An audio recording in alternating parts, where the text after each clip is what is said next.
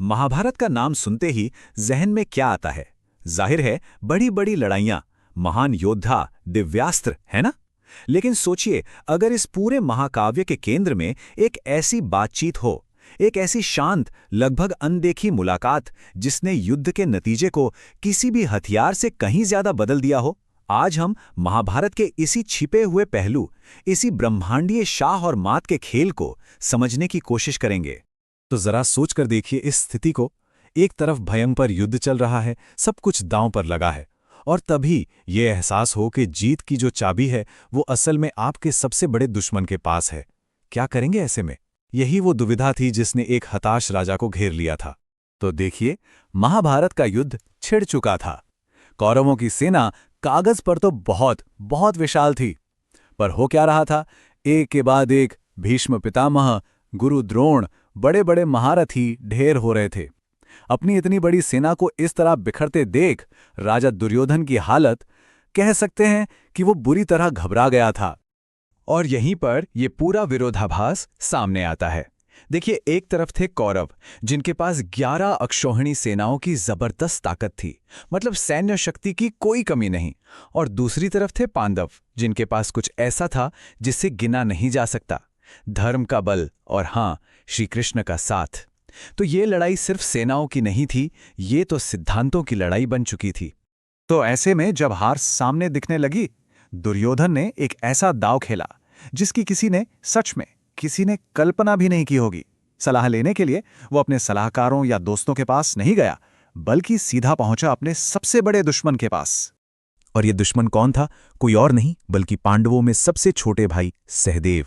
अब सहदेव की एक खासियत थी, वो थे त्रिकालदर्शी, मतलब वो भूत, वर्तमान और भविष्य तीनों काल देख सकते थे। और दुर्योधन एक बात और जानता था कि सहदेव अपने धर्म से बंधे थे, वो कभी झूठ नहीं बोल सकते थे। अब यही चीज उन्हें एक ही समय में सबसे सही और सबसे खतरनाक सलाहकार बना देती थी। तो बस इसी हताशा में दुर्योधन ने वो किया जो कोई सोच भी नहीं सकता था। वो पहुंच गया अपने दुश्मन सहदेव के पास। उसके दिमाग में सिर्फ 2 सवाल थे और उसे पूरा यकीन था कि इन 2 सवालों के जवाब ही उसकी जीत की गारंटी बन सकते हैं। उसका पहला सवाल एकदम सीधा था, युद्ध शुरू करने के लिए सबसे शुभ मुहूर्त, सबसे सही समय कौन सा है? जाहिर है, ताकि कौरवों की जीत पक्की हो जाए। और दूसरा सवाल वो और भी गहरा था, हमारी सेना इतनी बड़ी है, फिर भी हम हार क्यों रहे हैं और पांडव जीत क्यों रहे हैं? असल में वो अपने दुश्मन की असली ताकत का राज जानना चाहता था। अब सहदेव तो अपने धर्म से बंधे थे, उन्हें सच बोलना ही था, तो उन्होंने पहले सवाल का जवाब दिया, अमावस्या के दिन युद्ध शुरू करो और जीत तुम्हारी ही होगी। बस ये सुनते ही दुर्योधन को लगा कि जीत की चाबी तो अब उसके हाथ में आ ही गई है। लेकिन कहानी इतनी सीधी होती तो क्या बात थी? इस पूरी योजना पर, इस अचूक लगने वाली चाल पर किसी और की भी नजर थी, एक दिव्य शक्ति की।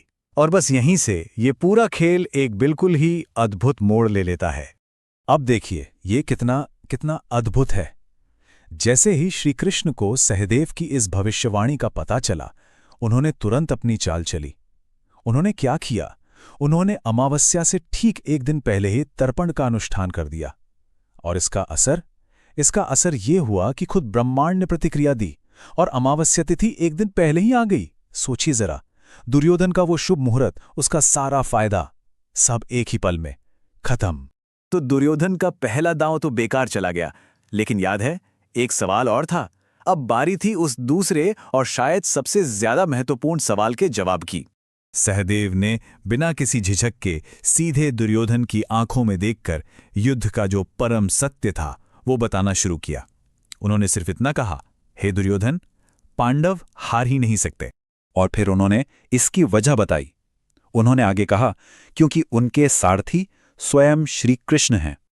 और बात यहीं खत्म नहीं होती। कृष्ण सिर्फ एक सारथी नहीं है, वो स्वयं नारायण हैं। और जहां नारायण हैं, वहां विजय निश्चित है। ये कोई भविष्यवाणी नहीं थी, ये तो एक ब्रह्मांडीय नियम था। मतलब नतीजा तो पहले से ही तय था। तो ये कहानी सिर्फ एक छोटी सी घटना नहीं है, नहीं, ये तो पूरे महाभारत के एक बहुत गहरे, एक बहुत बड़े दार्शनिक संदेश की तरफ इशारा करती है। तो इस पूरी कहानी से हम क्या समझ सकते हैं? पहली बात, जीत सिर्फ हथियारों या सेना की गिनती से तय नहीं होती। दूसरी बात, असली ताकत तो धर्म के साथ खड़े होने में है। और तीसरी, जो सबसे अहम बात है, वो ये कि आखिरी फैसला हमेशा देवीय इच्छा यानी नारायण की कृपा का होता है। श्री कृष्ण, जो इस पूरे ब्रह्मांडीय चक्र के स्वामी हैं, वो धर्म की रक्षा के लिए किसी भी नतीजे को बदल सकते हैं। लेकिन ये सब बातें हमें एक बहुत ही गहरे सवाल के सामने लाकर खड़ा कर देती हैं कि अगर सब कुछ दैवीय इच्छा से ही तय होना है, अगर नियति पहले से ही लिखी हुई है, तो फिर हमारे अपने कर्मों का, हमारी कोशिशों का, हमारे प्रयासों का क्या मतलब है? ये एक बड़ा सवाल है जिस पर सोचना बनता है।